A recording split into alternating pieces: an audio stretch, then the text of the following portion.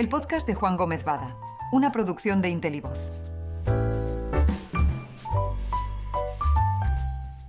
Valoraciones a la carta. ¿Cómo se justifican los precios en el mercado? En los mercados de capitales, las valoraciones de empresas a menudo se utilizan para engañar o persuadir a aquellos con menos conocimientos financieros y empresariales. Es común que las empresas cotizadas paguen a casas de análisis para que hagan cobertura de sus empresas y elaboren valoraciones favorables para quienes pagan por esos informes. Otro ejemplo, algunas gestoras de fondos suelen publicar el valor intrínseco de sus carteras, el cual siempre es significativamente superior a la valoración de mercado. Esta práctica se utiliza como herramienta de venta para atraer más inversores a sus fondos. Estas estrategias tienen éxito porque el conocimiento financiero de los inversores suele ser mucho menor que el de los profesionales que elaboran los informes de valoración.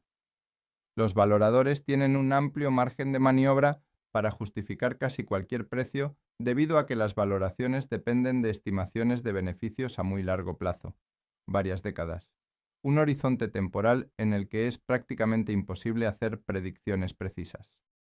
A pesar de todo, en estos casos, el inversor siempre tiene la última palabra y puede decidir si creer o no en las valoraciones presentadas.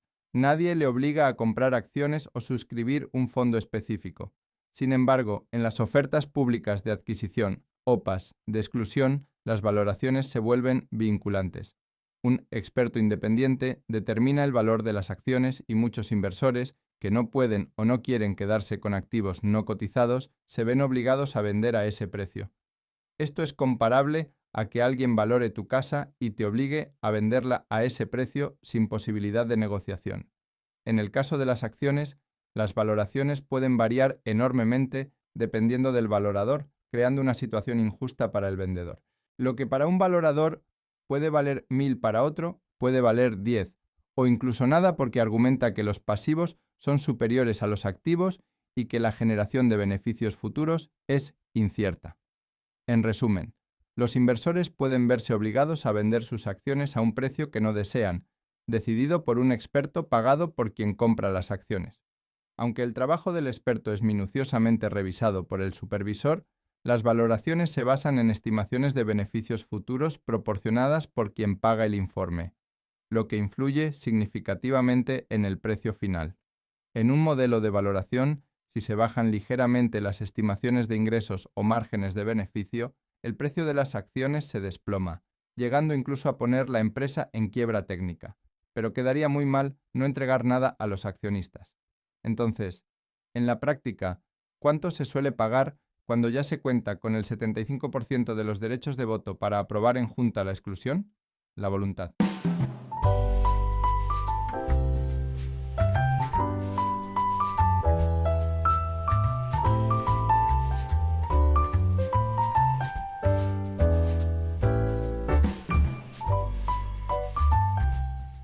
Tengamos en cuenta que el regulador de las OPAs de exclusión es el mismo que regula el asesoramiento financiero.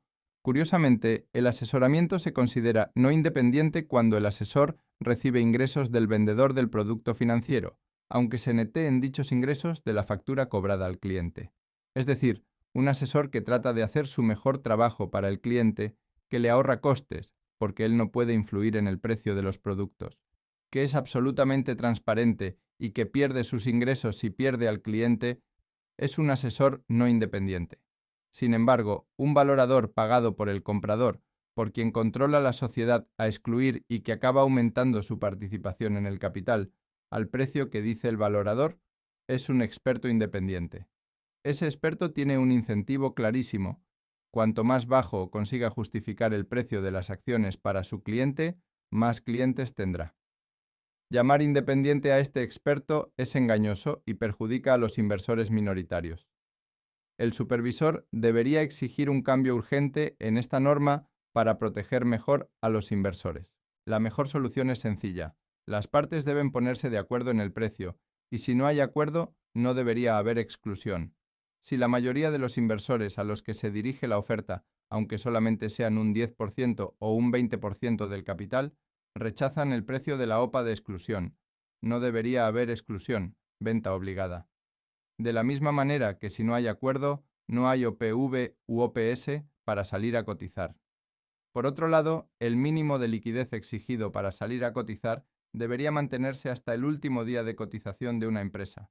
No debe permitirse que los accionistas mayoritarios vayan arrinconando a los minoritarios y al final les obliguen a vender al precio decidido por quien controla la sociedad. La clave es que el hecho económico más relevante no es dejar de cotizar, sino una compraventa forzada. Esta posibilidad afecta negativamente al precio de las acciones y a la confianza de los inversores en todo momento, porque ya han visto lo que ha ocurrido en otras ocasiones.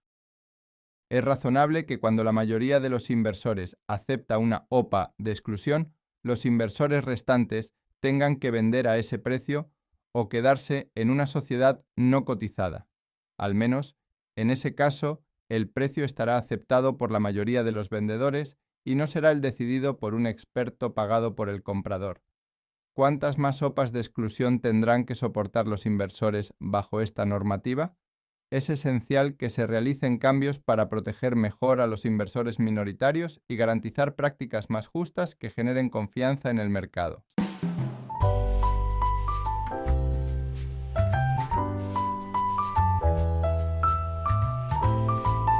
El podcast de Juan Gómez Bada, una producción de Intelivoz.